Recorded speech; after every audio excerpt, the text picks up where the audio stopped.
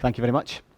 It's a bit of a sidebar, but I wanted to mention about my favourite researcher on the question about gluten and milk proteins as well. He's called Kalle Reichelt. He's dead now, but he was a Norwegian doctor specialised in autistic spectrum disorder in children. And if you want me to share anything about him with you, then just drop me an email and I'll send you that stuff. But I was trying to stay away from data in this talk because it was so ably covered by everyone else. So I really appreciate being able to ride on the coattails of everyone who's spoken before. So my talk is called The Coach-Client Connection. As Sam mentioned, I'm a health coach and a recovering physicist, I like to say. And what I want to talk about is how we bring our attention to the world and how we think about information in the world, and how I went from being a physicist who thought about the world in a particular way and who was ill in a particular way to a health coach who has to engage with clients in a particular way for them to recover. Quick show of hands, who's ever been given unsolicited advice like smile, it might never happen, or don't load the dishwasher that way, or this is how you make the baby quiet? Yeah, quite a lot of you. And if you could keep your hand up if you really, really enjoyed that moment and you thought, oh, I can't wait to get more of this unsolicited advice. That was brilliant. So no, for people just who can't see the audience, that was nobody who kept their hand up.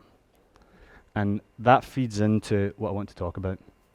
Rachel mentioned it. We've started a mental health coaching website, metsci.com, which is based on the principles that Ian spoke about a lot, metabolic psychiatry. We want to offer a platform worldwide to people who need extra help in taking this amazing information which is out there and turning it into something that they can use in their own lives, really. And you know, my intellectual world was turned upside down when I read about Ian McGilchrist's work.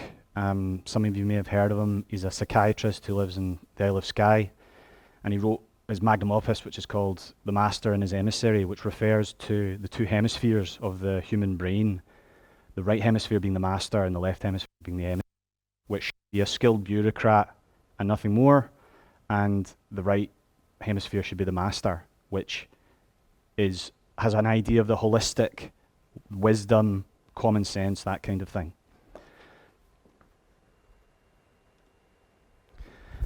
And one way of thinking about it is that we have a different kind of attention depending on which hemisphere we're using, and this is visible in all animals. There's a lot of pop psychology about right brain, left brain that just isn't true.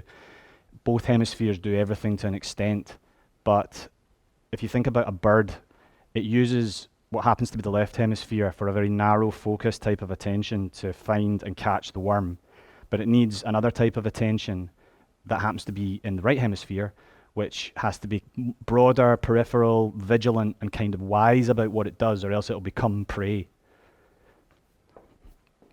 But it's not just attention, it's a different kind of information in the world.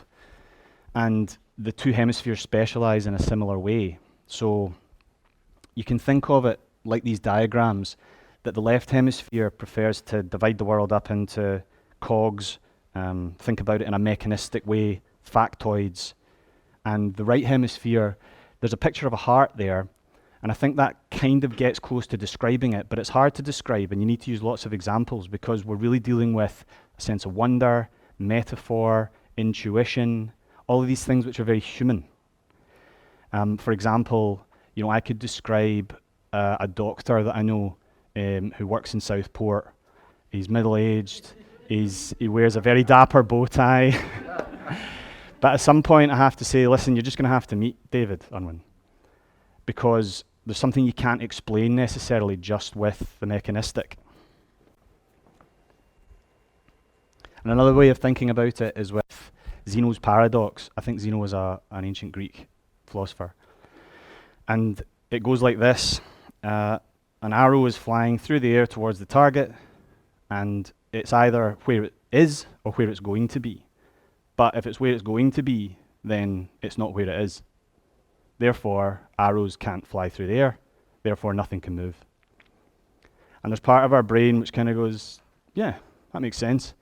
And then another part of the brain which is like, what on earth are you talking about? I've seen arrows move. I'm moving right now. That's ridiculous. And I think that illustrates quite well that there's parts of our brain which want to atomize the world and make it purely mechanistic, but it doesn't work. There's a wisdom, there's a common sense which tends to shine through. And I thought of it when Ian was talking in his brilliant talk about Georgia Eade, who Rachel and I have both done training with using ketogenic diets for mental health. And she famously said, I'm stealing her joke here, that the studies have shown conclusively that the head is part of the body. And it's the right hemisphere that deals with jokes as well. The left hemisphere wouldn't get that. Oh yeah, the musical note is just a frequency in isolation, but a Mozart concerto or a Beatles song is a different thing completely. And it's the right hemisphere that deals with that too. So that should give you an illustration of what's going on with the different types of attention and different types of information that exist in the world and are not uniquely human, because like we saw birds do this as well, but humans are really, really good at this. So this slide's about me. On the left-hand side is a picture of my physics degree. I graduated in 2009 and I worked in industry. I made lasers, which were mainly used for cancer research, you know, like big complicated things that cost about $250,000. And I thought much more in a particular way. You know, we owe a lot to our left hemispheres. We've got space flight and these lasers, and we've got iPhones and calculus, you name it. But I wasn't really thinking with the right hemisphere so much. And over the years, since I fixed a lot of my health problems, which were numerous, I had autoimmune disease since I was a child, had multiple surgeries for autoimmune problems, I had seasonal depression that I couldn't shift, I had chronic anxiety, I was diagnosed with ADHD as an adult. All of those have alleviated. And yeah, I'll get to this later, but probably a lot of us had that evangelical time after that happened to us. And I wonder if, thinking back to that poll that I did at the start, whether people close to us responded well or not to us telling them they should all go keto. Yeah, and so in the last few years, I've tried to translate what I know and my background and my transformation into something that can really help people. So I studied with Precure, which is a New Zealand training company that trains health coaches, run by public health professors. It's really good. And I've also done Georgia Eade's CPD training and ketogenic diets for mental health. And she's an absolute hero of mine. She's amazing. But not just a skilled scientist. She's really a lovely human being. And I think that's something that really connects with people in a particular way. So on the left-hand side kind of typifies a lot of people's ideas of a physicist. Open a window, it's about to get smug in here. And if you've seen The Big Bang Theory, you know that Sheldon is like the typical physicist. And he reminds me a little bit of a professor of mine who actually was a really nice guy, but you know, he was told by the university that he had to give social skills classes because that was just university-wide. And I'm sure the English professors were better, but this guy couldn't make eye contact with people. And it was like sad and funny at the same time. But he was kind of a slave to this left hemisphere dominant way of looking at the world. What chance do people have of really understanding themselves and the power of these types of dietary interventions if you can't communicate them properly and you can't support people as human beings and not just a series of mechanisms? Yeah, and that's Lao Tzu, who wrote the Tao Te Ching, which is an ancient Chinese text which kind of embraces wonder and wisdom and metaphor and paradox, all of these things which the right hemisphere deals with. And it's actually a T.S. Eliot quote, "Where is the wisdom we have lost in knowledge?" And I think there's a lot in that. So what is coaching and what isn't it? I think another McGilchrist favourite metaphor here is that a river isn't the water and nor is it the land, it's what happens in between them. And he calls it the betweenness of things. And I think that's really the magic that happens in a client-coach relationship, is it's something that neither of them could have done alone. And it really is magical when you feel it. But if it's so magical, why isn't everyone just instantly doing it? And I used to smoke 40 cigarettes a day. That was when I lived in China, when it was very easy. It's like a patriotic duty there. But I agree with Mark Twain, who said, quitting smoking's easy. I've done it hundreds of times. And you might think I quit, and David, you mentioned this earlier, because everybody knows how bad it is for you. I knew it was probably going to kill me if I kept doing it through heart disease or lung cancer. But it was actually because I read a scientific paper which said smokers get 80% of their dopamine from nicotine. And that just really disturbed me, because I thought, well, I'm falsely regulating my emotional landscape by smoking. So I quit, and I haven't had a cigarette since 2014, before I even did any of the dietary stuff. But nobody can know that about me unless they asked. It's quite an obscure reason. And it's the same with anyone wanting to do anything with their life. You've got absolutely no idea why they want to do it. And so, thinking back again to the poll at the start, how can we expect someone to want to do something if we assume the reason before even asking them? And that's what I'm talking about with the client's agenda. And all you're missing at the top is from Orla, which is the name of one of my clients who agreed to share her testimonial. Before I began coaching with Ali, I had a bad relationship with food. I felt like life was on hold. I'd never heard of health coaching before, and I was concerned that the experience might not be very good, even when there's an expert involved. It wasn't what I expected at all. I found Ali to be completely non-judgmental and could empathise with various issues. Importantly, Ali really, really listened and helped me to devise strategies for moving. Depth knowledge of food sensitivities and allergies and experience of dealing with it. I was so happy that I wasn't told what to do or made to report, it's all about you.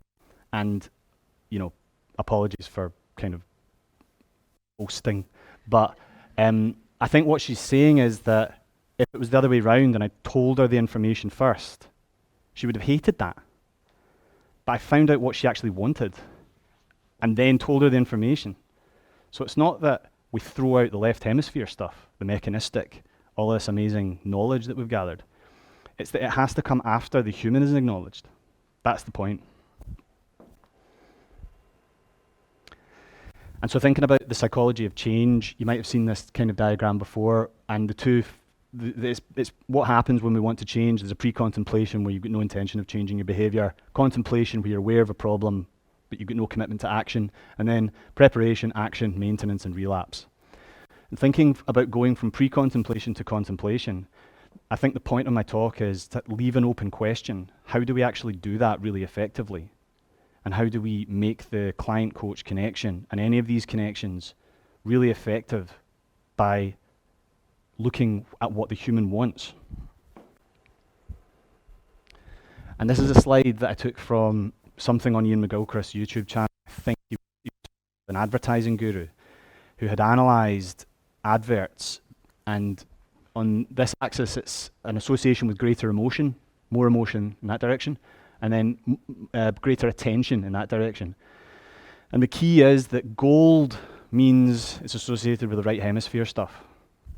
So if you can't read it, it's people touching, distinctive accents, animals is way up there, characters with vitality and agency, you know, this sort of humanness, this interpersonal relations thing.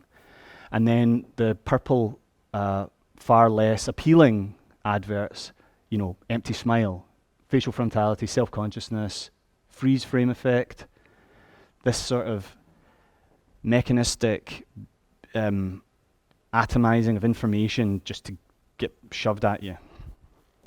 People don't like it. And I think I've run out of time, but I did want to talk about what happens when you get the client, they've gone from pre-contemplation to contemplation or action. And there's various things that can happen, self-sabotage being one of them.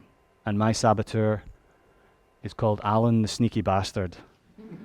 but that's maybe another story for another day. And again, the sustainability question comes up so much. How do you keep people interested? Is it just about enjoyment? There's a lot of that, but I think it's still an open question. My guess is it's right hemisphere stuff. And they can wait for another time. So I would just ask you to go onto metsci.com, get in touch, tell us what you want if you're a clinician or someone who wants to be a client. And yeah, we can chat more after. Thanks.